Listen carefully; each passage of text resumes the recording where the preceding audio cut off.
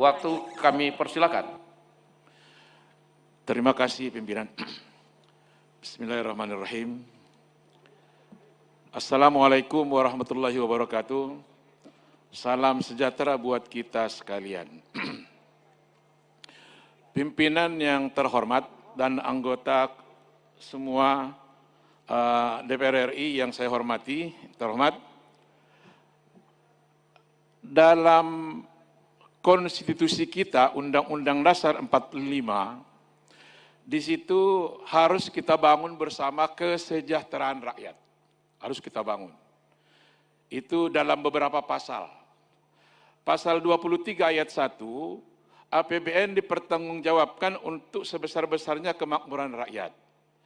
Pasal 28H ayat 1, setiap orang berhak memperoleh pelayanan kesehatan.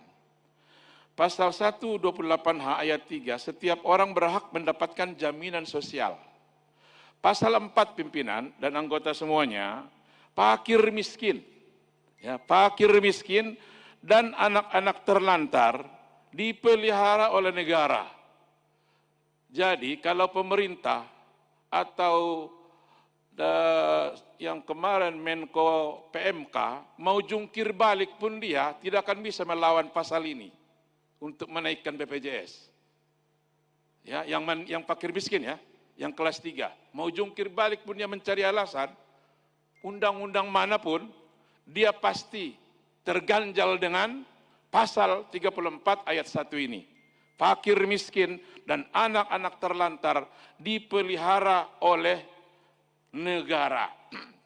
Pimpinan, ada Perpres nomor 82 tahun 2018 tentang jaminan sosial. Kemudian di situ ada kemudian Perpres nomor 75, ya, Perpres nomor 75 Oktober 2019 yang menaikkan iuran BPJS, ya, dinaikkan iurannya.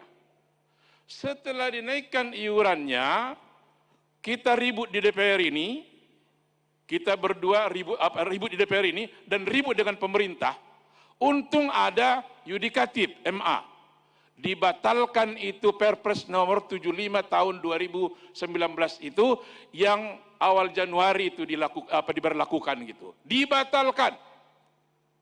Ya, dengan alasan-alasan yang sangat bagus, ya. Begitu dibatalkan, rakyat senang. Senang semuanya bergembira. Ya, senang bergembira. Namun pimpinan yang terhormat, di tengah kegembiraan mereka muncul Perpres nomor 64 tahun 2020. Ya, muncul Perpres nomor 64 tahun 2020. Baru aja rakyat senang. Ya, baru aja rakyat senang.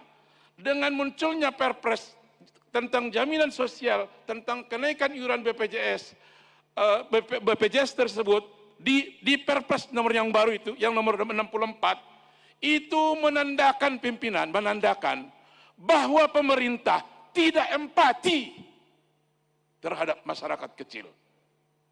Tuna empati. Tidak empati itu pimpinan. Ya, di tengah kesusahan penderitaan. Ya. Dan yang kedua, alasan kedua, pemerintah tidak memberikan contoh tauladan yang baik dalam penegakan hukum. Baru aja kok MA memutuskan. Diputuskan itu pimpinan karena melanggar dua undang-undang. Ya, dua undang-undang. Undang-undang DJSN, undang-undang SJSN, undang-undang BPJS dilanggar itu. Asas keadilan sosial, asas kemanusiaan gitu. Ya, dengan dua alasan tadi pimpinan, saya sarankan kepada pimpinan. Ini juga saya bukan kesal.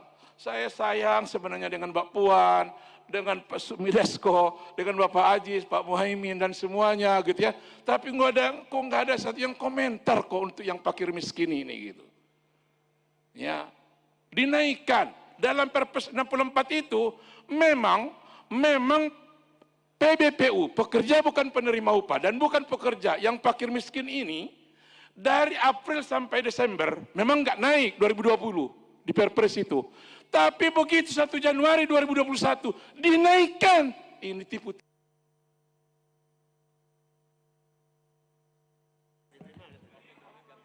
Baik, jadi gini Pak Ansori, kalau Bapak sayang sama kita, kita sayang juga dengan Bapak. Jadi waktu sudah habis, namun soal fakir miskin dan anak terlantar, kita sama-sama akan memikirkan, kita nggak diem, jadi kalau dibilang kita nggak bereaksi, boleh tanya badan keahlian. Kita sedang nanti akan undang Pak Ansori dengan kawan-kawan Komisi 9, kita akan kunci perpres-perpres itu untuk memperhatikan fakir miskin dan anak terlantar.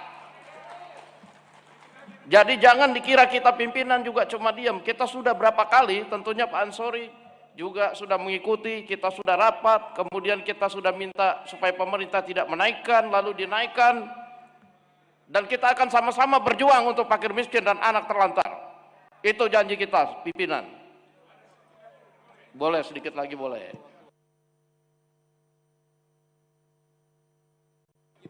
Hidupin, ya sedikit aja, sedikit. Bantuan ke PMN 156 triliun. Ya, bantuan ke PMN, BUMN 156 triliun. Padahal yang fakir miskin ini hanya 2,3 triliun. Ya, hanya 2,3 triliun. Itu aja pimpinan, dan alasan-alasan yang lain. Ya, untuk masyarakat ini nggak ada untung rugi untuk membicarakan kesehatan. Tidak ada untung rugi di situ. Saya dukung Pak Subidasko, cuman nggak ada komentar, makanya saya seperti ini, nggak ada komentar dari yang bapak-bapak ibu-ibu gitu. Makasih.